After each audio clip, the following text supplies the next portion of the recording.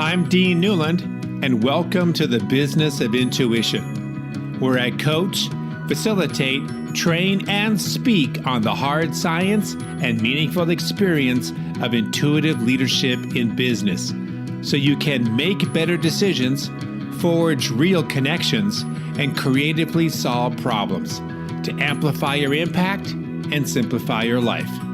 Welcome to the Business of Intuition.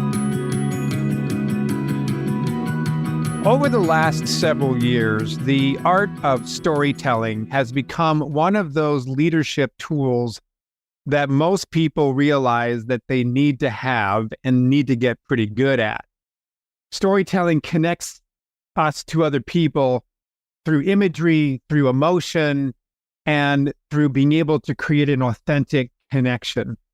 Storytelling has been around since the very beginning of human beings walking on the earth. We've been telling stories. And yet, what I believe my next guest has been able to do, where I have not heard from other people talking on the subject of storytelling, is to really define what the top 4 key stories are that we should be trying to tell in any given circumstance. And those are the origin story, the vision story, the transformation story, and the value story. And all this work comes out of a lot of research and case studies, neuroscience, but also understanding the hero's journey from Joseph Campbell. And so we had a fascinating conversation about those different types of story structures, how to use them, and why those particular means of communication are far more impactful, say, when it comes to a website or a blog, than just simply relying on the algorithms based on your search engine optimization keywords and all the other tools that we have to attract people. My next guest is Anthony Butler, and he is founder of the digital marketing agency Can Do Ideas and the author of Primal Storytelling, Marketing for Humans. He is a highly regarded expert in brand storytelling and digital marketing. By the way, when it comes to digital marketing, we had a fascinating sidebar conversation in the interview that had to do with how best to use AI, aka ChatGPT, and when you should not. So be sure to listen up for that particular portion. Anthony is also a graduate from the United States Military Academy at West Point. This guy is no slouch. And the U.S. Army Ranger School. He is a combat veteran and commanded an infantry company in Iraq during the invasion of Baghdad. He is also a Brazilian Jiu-Jitsu blackbelt and currently resides in Montana with his wife and 2 sons. Anthony Butler on the Business of Intuition. So Anthony, it's great to have you on the show. I wanted to start off with the title of your book, about primal storytelling. And when I first saw that title, it caught my attention because the word primal, I don't know, it's a powerful word. And it's one that I've not heard associated with storytelling before. And so could you explain what is primal storytelling and why in this particular highly digitized age of people starving for authenticity, but at the same time, probably not paying attention to most of anything, especially in the marketing area. Why is primal storytelling a way to make us unique and people will pay attention to us? Yeah, so it's a good question. The link is to evolutionary psychology. And the idea behind evolutionary psychology is that, human beings are very much the same right now as we were thousands of years ago. And what's happened is in the last couple of 100 years, our technology has changed dramatically, but we've remained the same. And we still have the vestiges of what we think of as instincts, as genetically encoded behaviors. So like geese fly south for the winter. They don't go east or west. They don't go on vacation to Hawaii. They fly south. But with humans, we still have vestiges of instincts, but they don't work in quite the same way. Is that we feel the instinct to do something, but we have free will. We can choose not to do it. And so one of the most common urges that we have is social signaling, is we want to be part of a tribe. We want to have our social standing within our group be as high as it possibly can. Okay. And there's a lot of great data on, how our social signal, was a survival instinct. Back in the day, if you got passed out and you were by yourself in the wilderness, like you died, like you didn't live. Yeah. And so the primal side of the book is really a deep dive into what motivates people to make decisions and what emotions are related to those decisions. And then the storytelling side of it is storytelling is older than the invention of fire. It's how we learn. It's how we think. Like the next time you go to a party, just stand in the corner for a minute and listen to how everyone is talking to each other. Almost 100% of the conversation will be stories. Oh, you should see what that crazy boss did. I was driving home and, this guy, he cut me off. Like it's all stories about what happened or what they're wanting to happen. And so then what happens is when you start to link primal urges and emotions with stories into your marketing, everything gets easier. It's a much more likely that you're going to connect with your actual audience and you're going to scale in a way that you didn't before. So let me add great stuff here. Is there something about your process of primal storytelling that's different than another consultant out there who is also in the business of helping people develop stories? So I think the big difference is that I designed a system that a business can implement on their own or with my assistance that is for both B2B and B2C audiences on how to scale content with a team or even with just a couple of individuals. Okay. And, I came into the business world from the Army, which is ran on checklists and SOPs and just step by step on how to do everything. And so when I went into business, I came in from the sales side and I happened to be, just 18 months out of the Army, I ended up at a startup in New York City. And I was one of the first 40 employees and it had a 9-figure exit. And it just happened, I worked on the marketing and it was a software as a service kind of offering. And one of the things that we discovered while we were there is like, you know what? We talk about the software, we talk about all the whiz-bang stuff, no sales. Yeah. We tell stories about the impact we had. We tell stories about our team, about the people. Everything goes crazy. Like people love to hear stories about people. They love to connect with people. Even when you're selling something as dry as a VoIP phone system. That's what it was. It was a software for phone systems. Stories connect. Stories help you build trust. Okay. And I think a lot of companies are, they're kind of stumbling around online with just random acts of marketing and they just don't have a system. They don't have a step-by-step, way of moving forward, scale content. And that's one of the big differences. I think the other big difference is I did 3 years of research and testing on different storylines in different kinds of businesses and industries. And in the book, there's case studies, there's lots of evidence that says, okay, with these kinds of storylines, they're tried and true. So like, I'll give you an example. Little Red Riding Hood. That story is one of the oldest stories the anthropologists have been able to identify. Okay. Who doesn't know Little Red Riding Hood? Well, they've identified that story in over 60 cultures and languages, going back thousands of years. It predates the Bible. What's the story? What's the structure? Well, it's a little girl who goes into the woods and discovers there's monsters. And you know what? Those monsters, they might look like people. And, that's a story that just rings. And it's been told over and over again, all the way up until today. If you look at all the movies that are out right now and all the movies that are going to come out in the next couple of years, you're going to see that exact story structure. Question. If I could jump in real quick, Anthony, I'm filling up pages of notes as you're talking here. I've done some work and study and work with others on Joseph Campbell's process around the hero's journey. And those of you who are listening in, Campbell's work had been, really made famous by a series of interviews that Bill Moyers had done around the power of myth. And his perspective was that we seem to keep telling the same story over and over again, whether it be The Matrix or, something from Shakespeare or, even something modern day. Are we saying the same thing here? Are you describing essentially, is your roots going right back to this? It is going right back to that exact idea. Okay. And then what I did was I took it a step farther and I said, as a pragmatic marketer, what story structures could I use in marketing a small business that would work? And what are those structures and how do I use them? And which ones should I start with? And so what I do is I kind of sift through all the noise because there's a lot of different story structures out there. There's lots of ways to do it.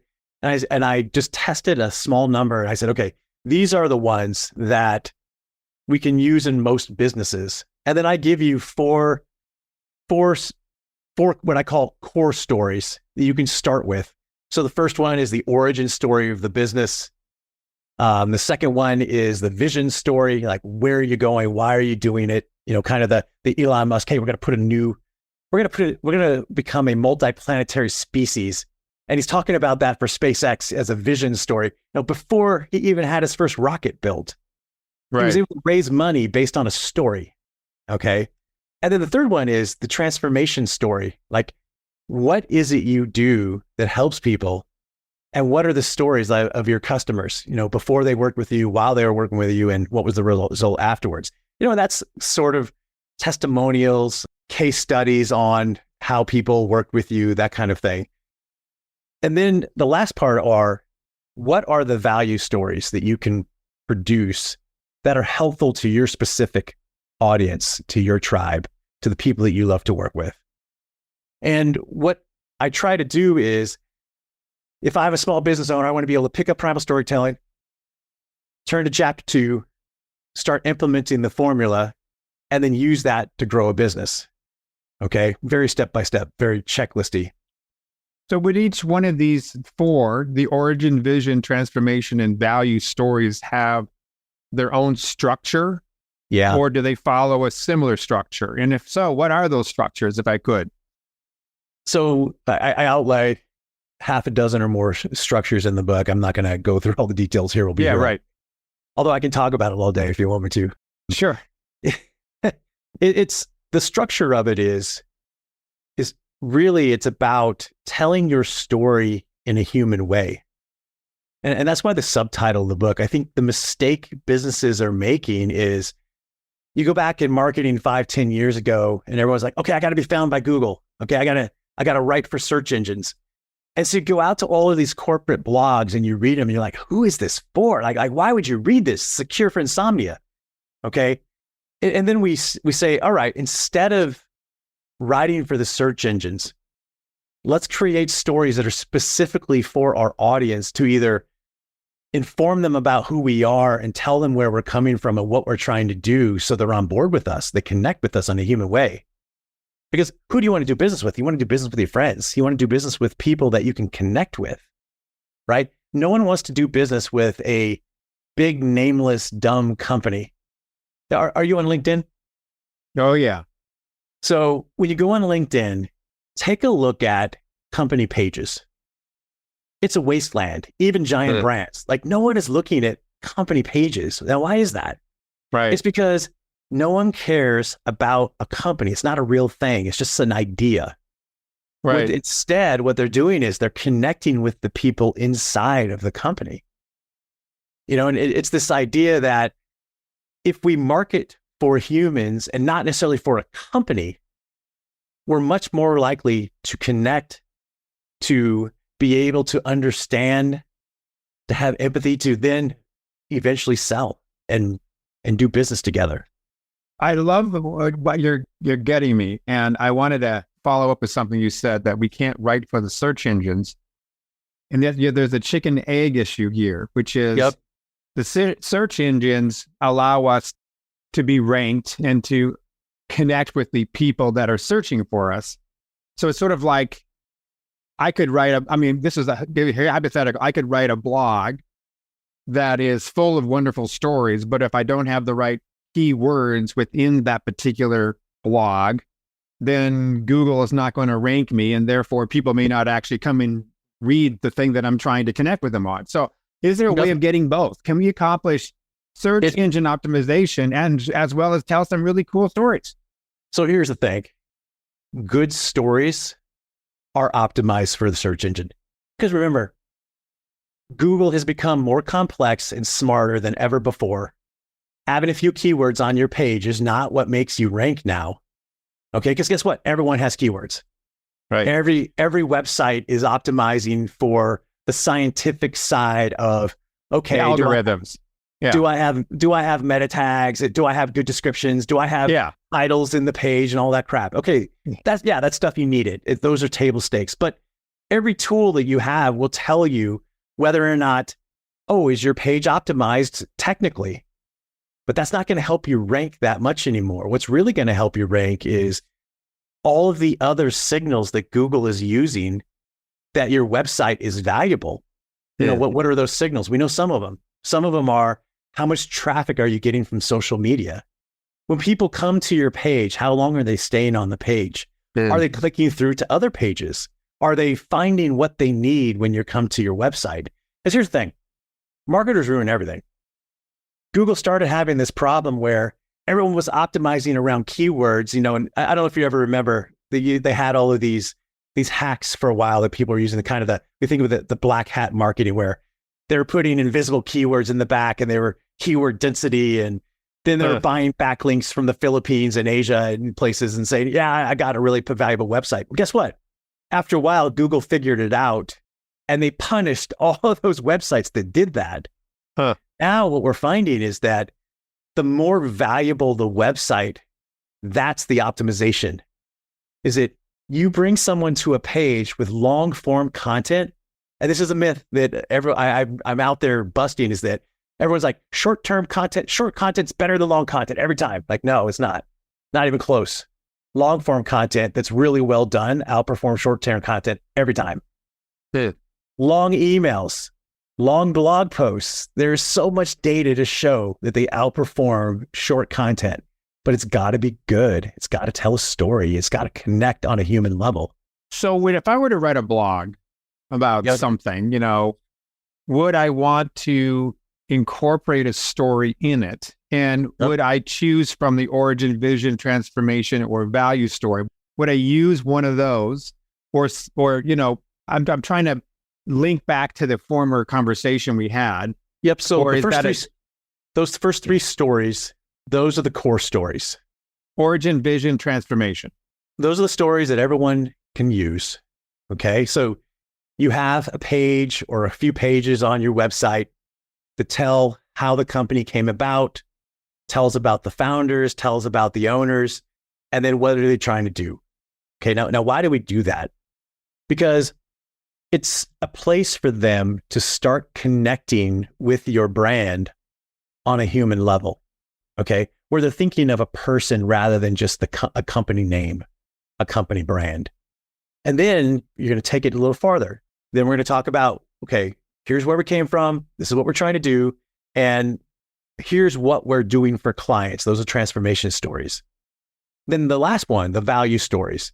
This is where I am using the story structures from the book to then amplify the content that I'm producing for clients. So let me give you an example.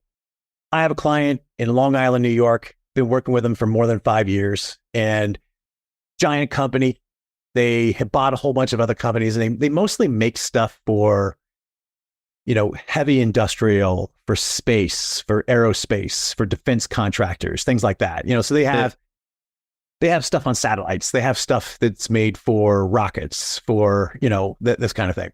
Well, they realized that most of the engineers they were working with across a lot of their brands were much older than the average. Okay, in their 60s, sometimes even in their 70s. And they're like, how can we connect with young engineers? And I went to them, we took a look at everything they did, and they're like, hey, we make nothing sexy that we could tell a story about. We make nuts and bolts, and we do 3D printing of machine stuff, and we make robots. It's nothing for a story. And by the way, we own 20 companies. There's not a good origin story for all the founders. Like, okay, we can work with that. And what I helped them do was develop a thought leadership program for young engineers who are just getting out of college. And we said, what is the problem that those engineers have? It's they want to become better leaders because eventually they want to be promoted into management. They want to be more creative in their problem solving on the job. And so then we started to produce content around, hey, if you want to progress in your career, here's a leadership track you can sign up with. It's from our company. It's done by experts. And then we produced white papers for them on creativity, on leadership, on productivity. And then all of the soft skills that an engineer might want to develop, they didn't get at MIT. Okay. And that value storylines that we did for them, it connected. So now there's some of the largest engineering schools out there are connected back to the website. Thousands and thousands of young engineers have downloaded all this content. And through the content, they became familiar with the brand. And then what they saw was an upsurge in sales. And it took a while. It did. It didn't happen overnight. Interesting. Because we run into companies sometimes too, like, boy, how do you make this look sexy? You know, absolutely. We've had we've worked with big gas and fuel companies. And like, it's hard to get your heart around that stuff sometimes, you know, but you came at it with from a creative perspective. That's so, yeah. Are those four the ones that the listeners of this podcast should be thinking about when it comes to anything that they're trying to communicate? Those are the main story types. Then all you're going to do is open up the book and then look at story structures. So like one of the story structures that I love to use is the underdog. So think of it like you've heard of Rocky, right? Everybody's heard of Rocky. So you have this unlikely guy. He gets an opportunity. He's at the end of his career, gets an opportunity, and he goes and he fights the champion. Right. And he overcomes himself and he gets to the next level and then he becomes successful. Right. Well, that's the story of a lot of small startups. That they're scrappy, they're trying hard, they may not be the biggest, but they're working the hardest to give you good service. So you can use that as a theme across different content. Okay. What happens is that that's one among many different structures that I use. And then what you do is you're going to choose a few structures that make sense for your brand, for the kinds of stories and the kind of value that you want to give. And you just fit it right in there. You know, so like another example, I do a lot of hospitality and hotel work. And, you know, hotels are always trying to get people to book direct with the hotel. And the issue that they have is that most of their business, a lot of their business will come from these like online travel agencies, you know, like, you know, Expedia, hotels.com, you know, that kind of stuff. They resell those leads. Well, to get someone to come direct, they need valuable content on the website. So my thing is like, well, let's create a storyline around life's journey. And what are the experiences that people want to have when they visit your destination? And so then we create all kinds of content around the destination itself. Nothing to do with the hotel. Okay. Just everything to do with when you get to the hotel, what are you going to do with your time? How are you going to create a memorable experience that's going to be really valuable? And then what happens is, as a hotel or even a restaurant starts to develop a website, the larger, the more valuable the website becomes, the more direct bookings they get, the less they have to spend on OTAs, you know, and those direct bookings are, you know, wildly more profitable than all the fees they're paying to the travel agencies. Yeah. And it's a way for a hotel to invest in its own asset. You know, it's the same thing for a small business, like a local business. You build a valuable website that your clients love, and that website brings you more business. And then when you want to have a sale, you want to have a new offer, you want to bring something out, you can send it to your email list and you'll have it. You know, jumping in real quick, I was struck by what you just said about the travel agencies wanting, or the travel places like hotels wanting to get direct and can sort of bypass the third party OTAs, as you mentioned. I just read, and maybe you did too, maybe you can come on this, but American Airlines is now trying to do a different thing with their corporate travel because they spend a ton of money on commissions to get those big contracts, but they're now trying to bring it in-house. What I haven't seen, to your point, so far, and I'm not saying that I've been watching for it, but so far it's not showing up. Is any sort of interesting new marketing or storyline that would want for a corporation to go directly to them versus a third party? So it's an interesting, I mean, maybe they will, but they haven't yet. Yeah, maybe they will. I hope they do. It's wide open. The airlines have some of the worst marketing on the planet. There's no airline you look at, man, their marketing is so good. I'm glad I watched that. Who's got the best, by the way? Who has the best marketing? Who does the best in terms of storytelling and from your perspective? Because a lot of us out there fly a lot. I fly a lot. I'm partial to one airline just because of my frequent flyer mile addiction to them. But overall, is there one that seems, I mean, we're out there all the time seeing this stuff. We could also start looking for it if you kind of point us in the right direction. Well, I could tell you one company that I've observed that I think does really great job is USAA. I don't know if you know them. Okay. It's an insurance company. Yeah. The least sexy thing to sell ever, right? Right. And USAA, they target, their audience and their customers are veterans and active duty military. And just recently, they started to open up to the families of active duty military and veterans. And if you look at their content, they have really great content in all 4 stories. They have enormous value stories that they tell. If you're just thinking about going in the military, you can go on USAA and they have articles on there. And hey, if you're thinking about joining the military, here's how to get fit.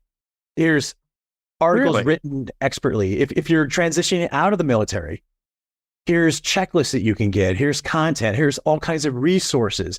And they're just thinking of how can they add value to the life of veterans and their families.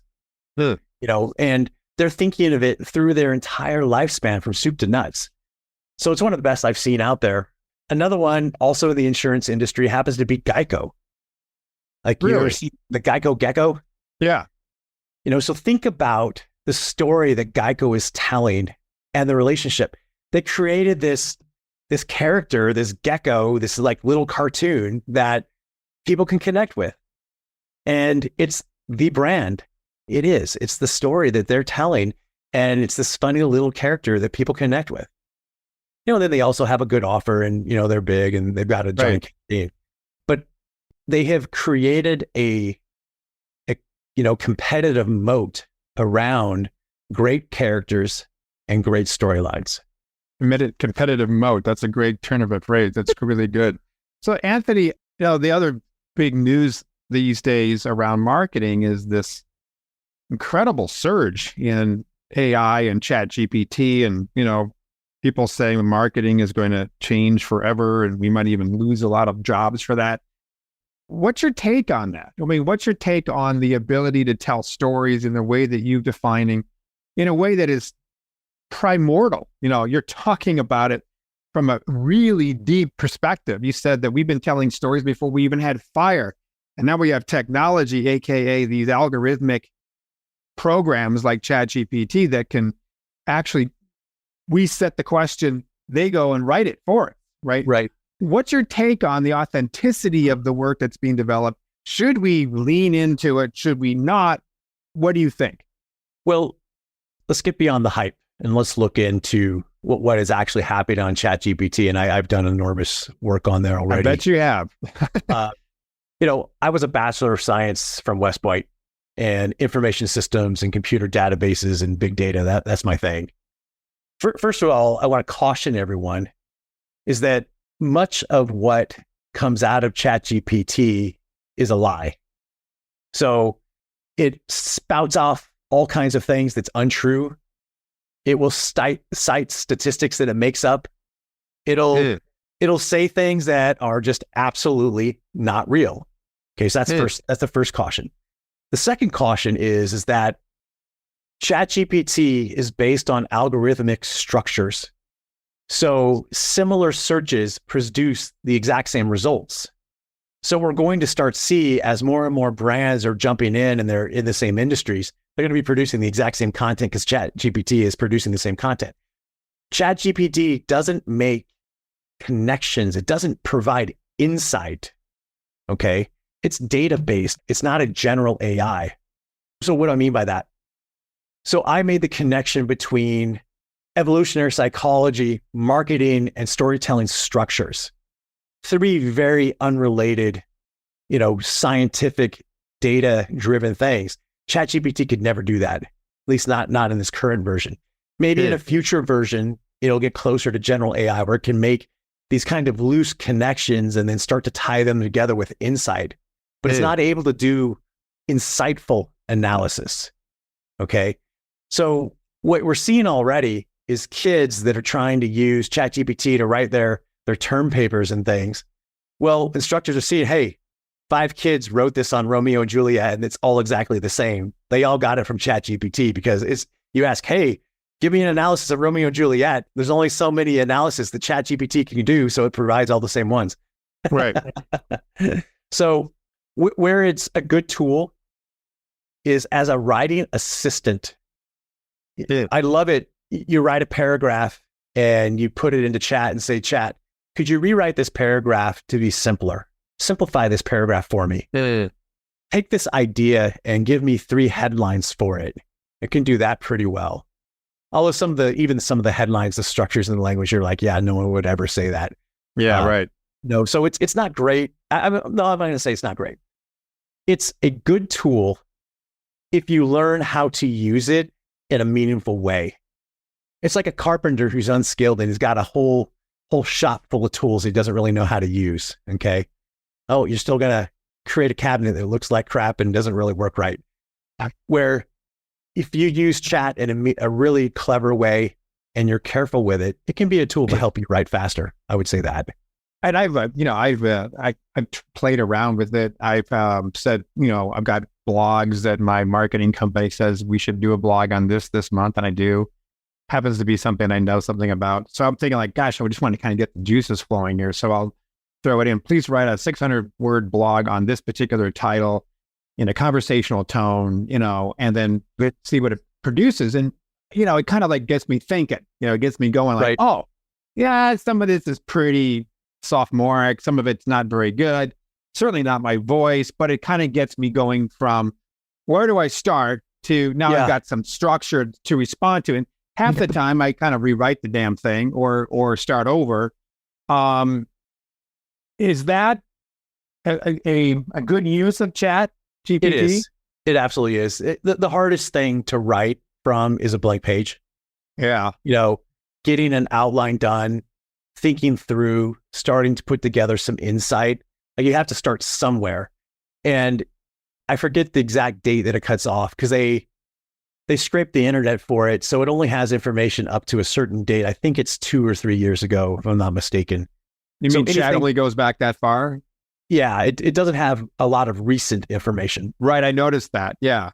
And now they're also trying to have it be a little bit nicer so it won't critique anything on the left. It will critique things on the right, but not the left. So if you say... You're thinking about political right or left? Yeah, like anything political or socially diversive in any way or anything that is polarizing, it won't give you answers for. If you say... But hey, we'll go back to the left and right comment. It will do what say that again? It will not criticize any left-wing political issue in any way. But it would the right? Yes. Hello. Check it out. Yeah. I'm not making it. That bothers me. Whether or not you're left or right, but that it would censor. It's just another form of censorship. Yeah. You can go in there and try some polarizing things. So give me 5 reasons that Joe Biden is the worst president ever. It will not answer the question. Give me 5 reasons that Donald Trump is the worst president ever. And it'll give you 50 reasons. No. Oh, yeah. Boy. As of about 3 weeks ago, that was still true. And I know I'm now, not is that because these are, I know that Microsoft put in $1 billion and into this technology. Does it stem back from the companies that own this technology, that they're manipulating the behind the scenes algorithms? Yes. Wow. Thank you for telling me that. I did not know that. I thought it was more agnostic than that. It's not agnostic at all. Wow. And what I would say is be very careful. If you stick to non-polarizing things, it can be a good tool. If you want to write Right. about anything polarizing, it's a terrible tool. So think about Bud Light. Think about the Bud Light controversy right now and the billions of dollars that Bud Light has lost. Okay. It comes down to one single issue, is that the marketing manager in charge of that campaign did not deeply understand who her tribe and customers were. And nor did she care. She was disdainful of them, and she produced content that, obviously wasn't for everyone. It was polarizing, and they didn't care. And so they published it anyway, and now they're feeling the pain of it. It's billions of dollars lost. Same thing with Target. They're doing the exact same thing. Exact issue. Right. Fascinating. This is really interesting stuff. How can people follow you, Anthony, and kind of connect with your work? Talk about your book a little bit. I'd love to have people at least leave with knowing how to, gain more from you. So you can connect with me on LinkedIn. I'm active on there. I still answer all my own messages. So there's that. No bot here. There's no bots. It's Anthony Butler. And primalstorytelling.com/podcast. You can get a digital copy of the book for free and some bonuses there where I just tell you, hey, here's a good way, some ways that you can build an audience, how to tell the stories faster. I just try to give you a quick, fast guide into the primal storytelling world. And obviously, if you want help creating a content system, I'm available for that. Awesome. Anthony, thank you so much. This has really been an eye-opener. I've had a variety of different people who have come on this show. Some of them have been around this topic, around storytelling, but this has been a unique perspective that I really appreciate. So thank you for this. Well, thank you for having me. You bet. Thank you for listening to The Business of Intuition. If you enjoyed the show, please subscribe, rate, and review on Apple Podcasts, Google, Spotify, or wherever you get your podcasts. If you'd like to learn more about Dean or Mission Facilitators Leadership, go to mfileadership.com. That's mfileadership.com.